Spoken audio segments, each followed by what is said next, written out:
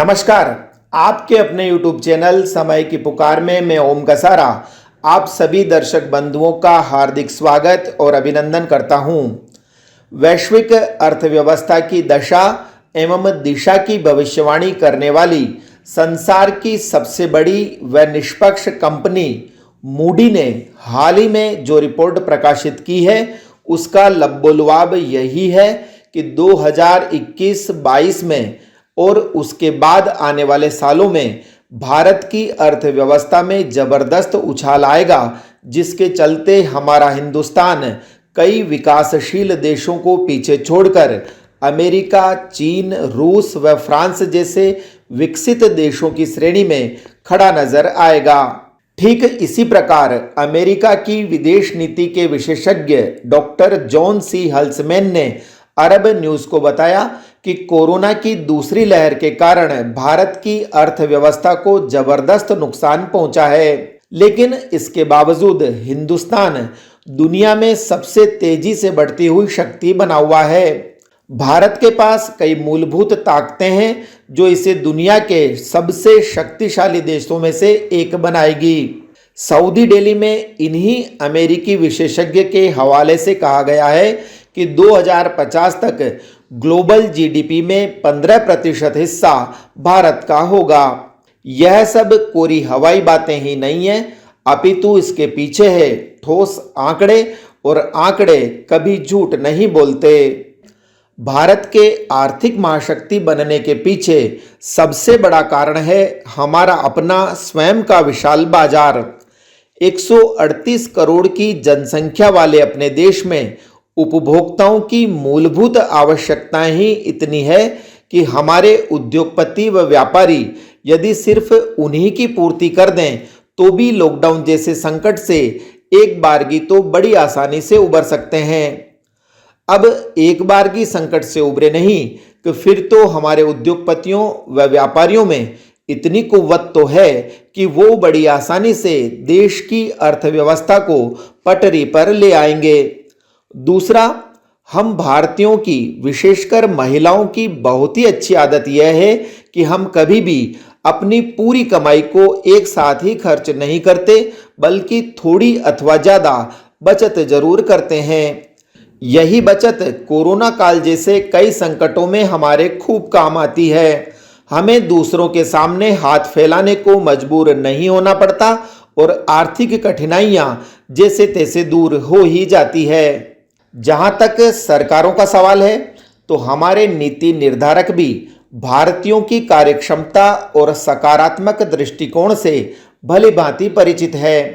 यही वजह है कि आत्मनिर्भर भारत योजना में युवाओं को नौकरी करने के बजाय स्वरोजगार अपनाने को प्रेरित किया जा रहा है, जिसके तहत एमएसएमई सेक्टर को उभारने के लिए ऐसा मूलभूत ढांचा खड़ा कर दिया गया है कि आम आदमी को भी छोटी मोटी औद्योगिक इकाई लगाने अथवा व्यापार शुरू करने के लिए ज़्यादा परेशानियां नहीं होती और बड़ी आसानी से बहुत ही कम ब्याज दर पर ऋण भी उपलब्ध हो जाता है।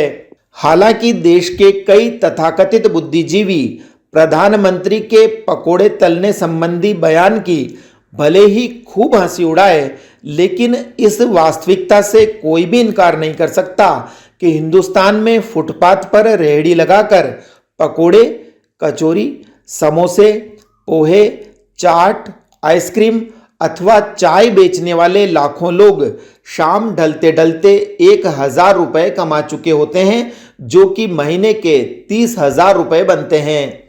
इतने रुपए में वो बड़ी आसानी से अपना घर खर्च भी चला लेते हैं और बचत भी कर लेते हैं, जबकि प्राइवेट नौकरी करने वाला साधारण युवा महीने के 8-10 हज़ार रुपए ही ला पाता है। ऐसे में उसे अपना व अपने परिवार का पेट भरने में भी कड़ा संघर्ष करना पड़ता है। बहरहाल लघु, मध्यम व बड़े उद्योगों को अनवरत व वाजिब दर पर बिजली उपलब्ध करवाने के लिए केंद्र सरकार नए न्यूक्लियर पावर प्लांट लगाने के साथ साथ विंड व सोलर एनर्जी के क्षेत्र में भी विशेष कार्य कर रही है। इससे आए चमत्कारिक परिणामों ने उत्पादन की लागत को कम कर दिया है, जिसका सीधा सीधा फायदा हमारे उद्योगपतियों व्यापारियों व गृहस्वामियों को हो रहा है। वर्तमान में हिंदुस्तान का अरबों रुपए का विदेशी मुद्रा भंडार डीजल व पेट्रोल खरीदने में ही खर्च हो जाता है। लिहाजा विदेशियों पर कच्चे तेल की निर्भरता समाप्त करने के लिए हमारे देश में बैटरी से चलने वाली e rickshaw, motor bike, car व ई बसों के संचालन पर बहुत तेजी से कार्य हो रहा है। इसके लिए देश भर में हजारों चार्जिंग स्टेशन बना दिए गए हैं और कई स्थानों पर काफी द्रुत गति से काम चल भी रहा है।